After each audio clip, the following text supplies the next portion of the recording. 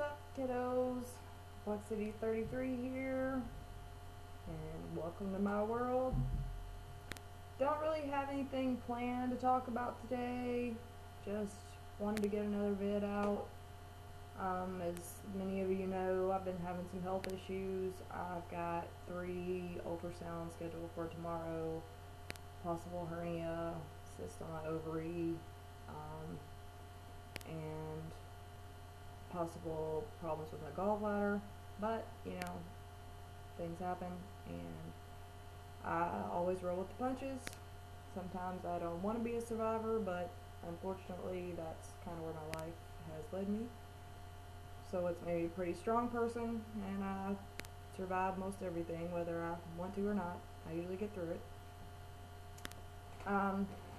Was kind of hoping that I was going to get some ideas from some of my subs, but didn't really get a lot from you guys as of yet as to what you'd like to hear me talk about.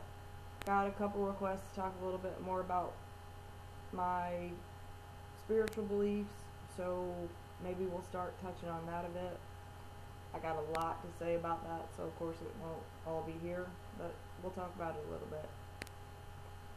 One of the things I'd like to talk about, I live in a very small community, rural community in the South,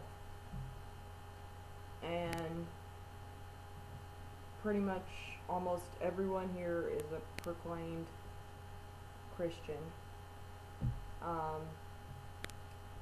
but at the same time they have a lot of beliefs that are very non-Christ-like and often against actual scripture.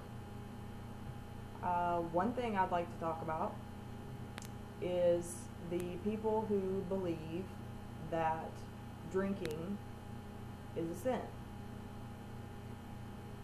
I would like to point out that in the New Testament, the first miracle of Jesus was turning water into wine at a celebration. Now, obviously the miracle wasn't because the people were thirsty and he made water out of gravel. They had water. He turned it into wine because it was a celebration. So there's actually people here where I live that will not even walk in and eat in an establishment that serves alcohol, which I find absolutely the most preposterous thing I've ever heard. For one, if you believe in the teachings of Jesus, Jesus said that you're supposed to go out amongst the sinners and you are supposed to show the way that he teaches that you behave and act, and that you're to love your brother, that you are not to judge other people, that you're supposed to let your own example show. So the thought of not going into a place where alcohol is served at all is kind of like saying, well, you know what, I really don't want to have to deal with whatever the word you want to use, missioning to or showing example to people that I believe are doing things they're not supposed to do. But drinking alcohol is not a sin. It's obvious by the first miracle of Jesus. It's not a sin. Now, drunkenness, on the other hand, is considered a sin. Now, to me, drunkenness means where you get past the point of relaxed and in a better mood and less stressed, and you get to the point that you don't know what you're doing, that you commit other sins you normally wouldn't commit, that you behave in ways that you would not behave or are ashamed of when you're sober, or worst case scenario, you get to the point that you black out and you don't even remember what you did at all. That's drunkenness. To sit down with a group of people and celebrate and use alcohol as part of that celebration is actually encouraged by Jesus. So the teetotaler thing, I don't get it all. Another very common practice here is the belief that the King James Version of the Bible is the only one that you should use. Again, to me, absolutely ridiculous.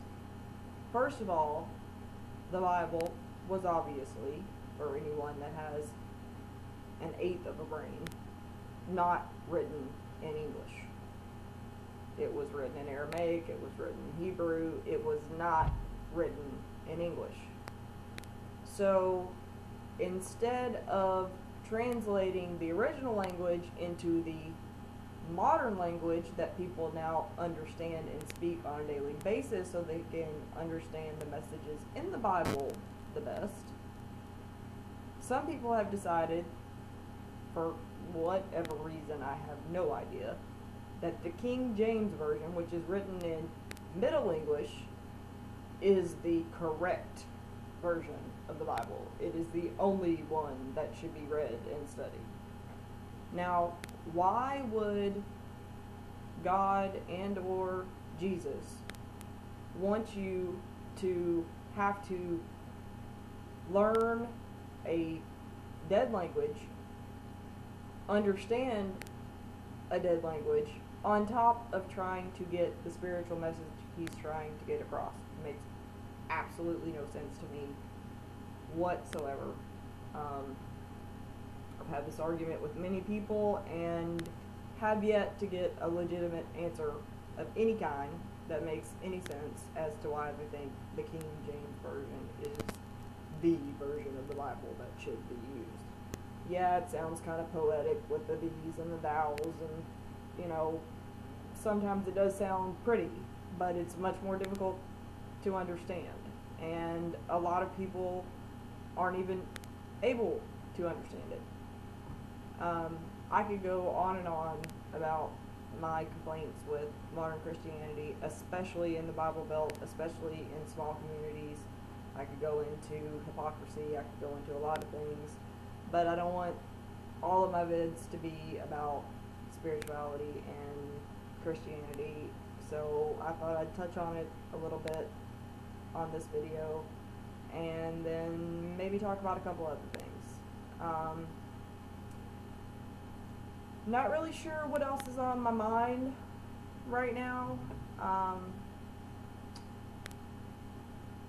The oil spill in the Gulf is really bothering me. It's actually making me feel very guilty that I have not taken the time to fully research and see exactly what is still going on, what measures are still being taken to, you know, fix the problem.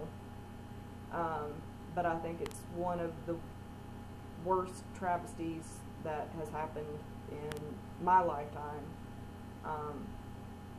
And I think a lot more people should be taking it a lot more seriously than they are. Everybody's like, oh, it's so sad, it's so bad, it's, you know, it's terrible.